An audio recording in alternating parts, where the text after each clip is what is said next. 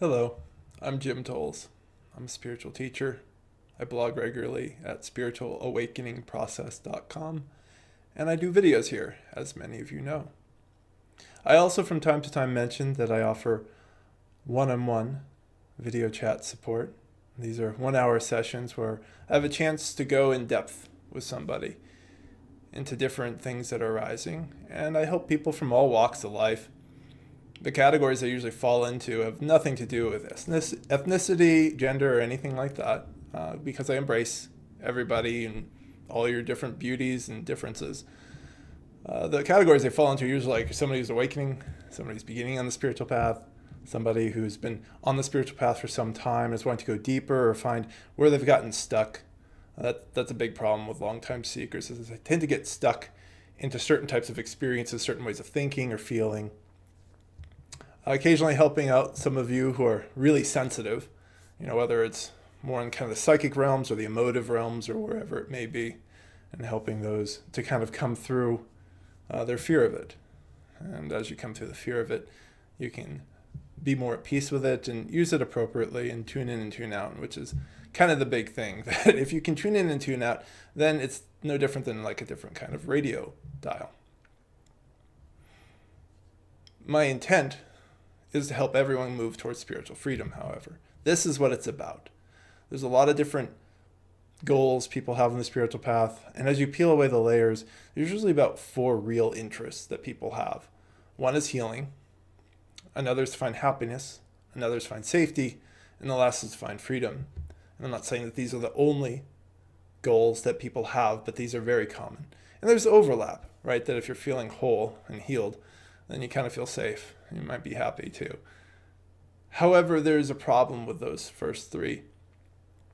And the problem is that we can get hurt again. Happiness is a feeling that comes and goes. Safety is a feeling that comes and goes. The reality of safety comes and goes. We actually can't keep them around forever. If we do, that leads us towards some kind of control.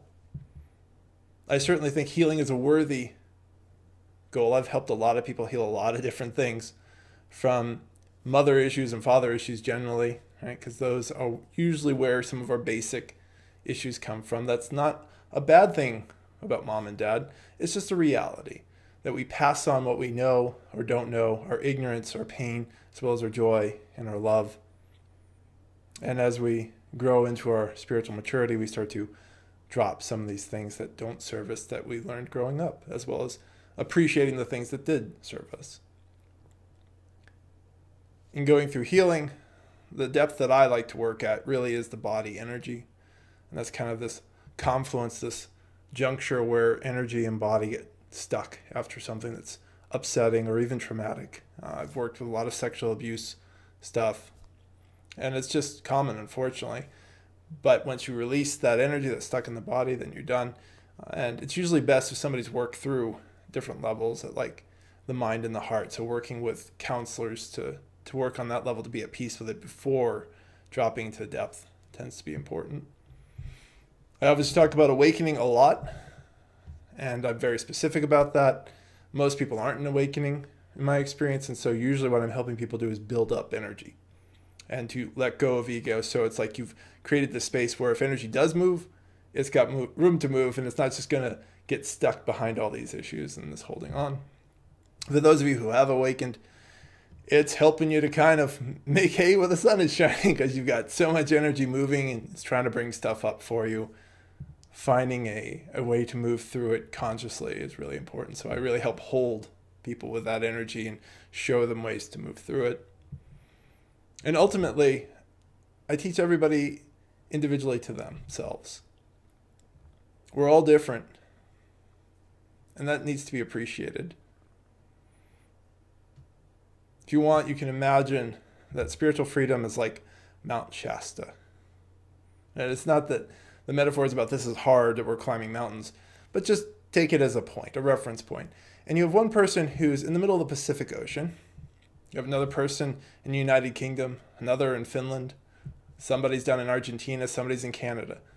Imagine the directions that you would give those people if they all want to come to Mount Shasta. For one person, you're like, you go east. For the two who are in the UK and who are over in Finland, you go west. The person in Canada, you go south. The person in Argentina, you go north. And then from the outside looking in, you're like, you just gave them all completely different directions. How can this be all true? It's about understanding where people are. And that's kind of one of the essences of the intuitive nature that I have as a teacher. It's like, I can see where you are, and that's why I'm responding to you the way that I am. It's not because I have an intellectual idea about where you should go or how you should get there. It's more about just kind of a sense of where you are and where the reality that you're moving towards, where that freedom is going to be in relationship to you. And this just comes up for me, and I've been doing this for more than 8 years at the time of this video. And it's going to require a certain amount of trust. You're going to have to trust me if you want to work with me. And I've been very blessed that more than a few of my students have trusted me and have worked with me for years, and are still working with me. And we can make this even slightly more confusing because our egos we're taught like, well, we should all be just kind of taught one way and one thing, right? I think this is part of the crime of Western education. It's like we're all putting everybody into the same system to learn the same things in the same way, but we don't all learn the same way. And some of you had that experience with school, correct? Some people went into it and it's like, this way of learning doesn't work for me. And so you would fail and you would feel bad about yourself because you weren't learning in that methodology, because that methodology wasn't correct for you. Well, I don't do that. I'm not going to put a one-size-fits-all thing onto everyone. That's not what one-on-one work is about. Going back to the metaphor of going to Mount Shasta, the person who's in the middle of the ocean has got some swimming to do. Maybe you hope to get them on a boat. And so maybe that's a metaphor for counseling.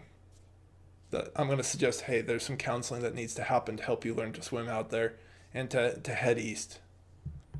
And that's what you're going to do for the time being, right? This is the work that needs to happen. And then for the people who are over in Finland and the UK, I'm like, you're going to need to get on a plane. And maybe for them, that's doing some intensive yoga retreats. Right, that's completely different than the counseling. And you get the person who's swimming along, the counselor's like, why do they get to do yoga retreats? Well, they're coming from a different place. And there might be even differences in the yoga intensive in this metaphor. You know, that the person from Finland's having to do and the person from the UK is having to do. Right? That's all this metaphor is, just showing like there's differences. And now you've got somebody in Argentina, I'm like, you should take a train. And the train is journaling, just a train of thought, right? There's lots and lots of journaling, right? This is a person who hasn't done much with their mind. They haven't really cultivated that space of investigation and inquiry, and that's what they need to do. And so that's what I offer to them. And maybe the person who's out in the ocean and the people are flying from Finland and the UK, they already know how to do that. So I don't mention hardly anything about journaling to them. Anybody who's familiar with my work knows I talk about it a lot, but that's because I'm speaking on a broad level. One-to-one work is very specific. It's specific to you. And then last but not least, right, with a person from Canada, I've told to drive south, right? Meditation. Just keep meditating. Come back to awareness, right? And that's their direction. And so these were all very different people coming from different directions, getting very different support, but it's perfect for them, bringing them toward that freedom, this image of Mount Shasta. That's one way to think about this work and what I offer. It's very unique. It's a vulnerable place that you have to be willing to be open and to go into all places of yourself. And I'm willing to go into all places with people, right? Light or dark. It's not about always being positive or anything like that. It's about learning to embrace all of life and all of you as it is. That's the nature of freedom. But instead of worrying about embracing all of life first, we're just going to focus on you. And if you feel like that this would be something of service to you, I have some more links down below in the information section. They'll tell you more about these sessions. There's some testimonials, and they'll tell you how you can reach me through my contact form on my blog. Once again, my name is Jim Tolles. I wish you all very well on your path towards spiritual freedom. Have a good day.